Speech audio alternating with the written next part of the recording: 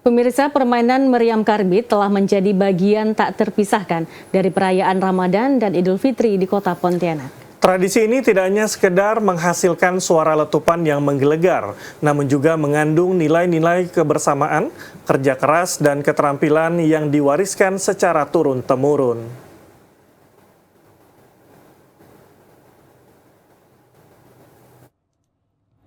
Bagi masyarakat Pontianak, meriam karbit lebih dari sekedar permainan. Meriam karbit merupakan simbol kebersamaan yang melibatkan seluruh lapisan masyarakat dalam proses pembuatannya. Pembuatan meriam karbit bukanlah hal yang instan, membutuhkan ketelitian dan ketekunan.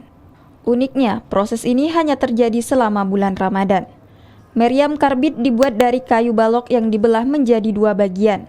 Setelah bagian tengahnya dikosongkan, tinggal bagian tepi dan belakang yang disisakan dan diukur dengan cermat.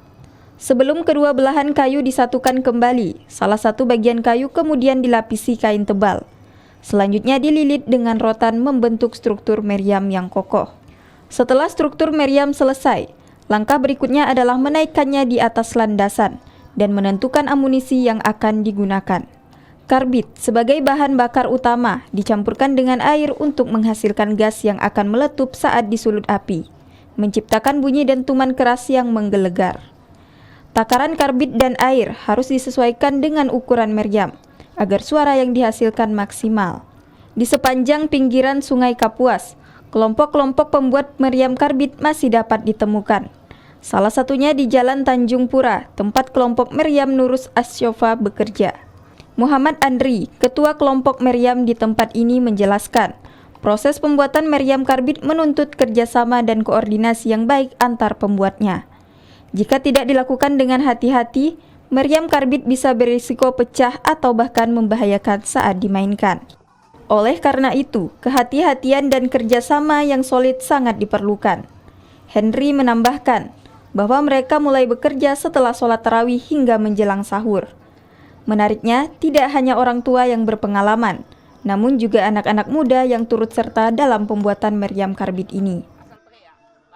Memiliki salah satu orang yang berpengalaman, skill untuk pengerjaan ini mereka paham. Berisiko tinggilah dalam pengerjaan meriam. Maka saya dalam ini sampai saat ini mengajak pada adik-adik untuk bagaimana cara pembuatan, bagaimana cara menyimpai. Bisa jadi ringan, itu karena skill dan kekompakan, saling gotong royong. InsyaAllah yang mana yang berat tadi ini pun menjadi ringan. Muhammad Andri berharap tradisi meriam karbit terus eksis. Dari itu dia ingin pemerintah memberikan kemudahan dalam mendapatkan kayu balok. Sebab material utama ini sudah sulit didapat dan harganya mahal, serta adanya subsidi pembelian karbit.